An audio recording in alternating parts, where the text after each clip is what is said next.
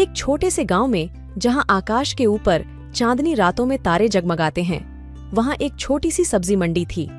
इस मंडी के सबसे पुराने और चमकदार स्थान पर बैठी एक मिठाई की दुकान थी।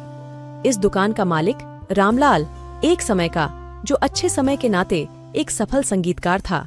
अपने बीते के सपनों की स्मृतियों से अब भरी दुकान में रामलाल अपने बचपन की ख्वाबों का साथ देने के लिए एक पुराना वाद्य खजाना रखता था।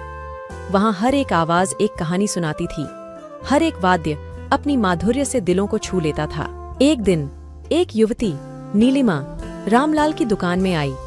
उसका चेहरा प्रकाशित हो रहा था, जैसे कि सपने का एक नया अध्याय शुरू हो रहा हो।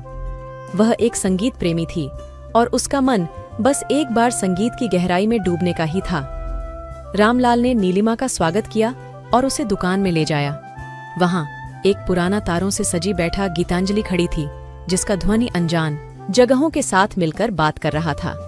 रामलाल ने नीलिमा को एक पुराना सारंगी दिखाया, जो कि अपनी उम्र के बावजूद अभी भी नए जैसा चमक रहा था। यह है खोया संगीत, उन्होंने कहा, उसके बारे में प्रेम से। यह संगीत अब तक खोजा नहीं गया है और मेरे जीवन में उसकी महत्ता अब भी बरकरार है।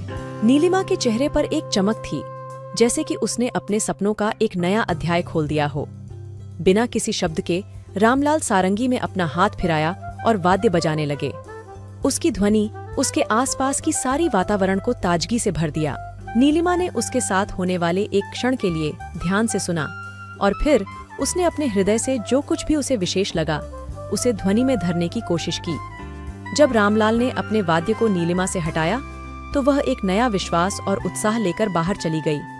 उसका हृदय नए सस्पनों और नई उमंगों से भरा हुआ था और उसने यह समझ लिया कि संगीत ही वह मधुर भाषा है जो हर दिल को समझ सकती है।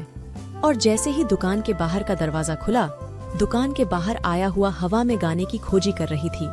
एक अनुभव मिला था और खोया संगीत की माधुर्य से गूंजने लगी। ऐसे ही इंटरेस्टिंग वीडियो देखने के लिए स्टोरी 2.0 चैनल को सब्सक्राइब और लाइक कीजिए, साथ में बेल आइकॉन को प्रेस कीजिए। धन्यवाद।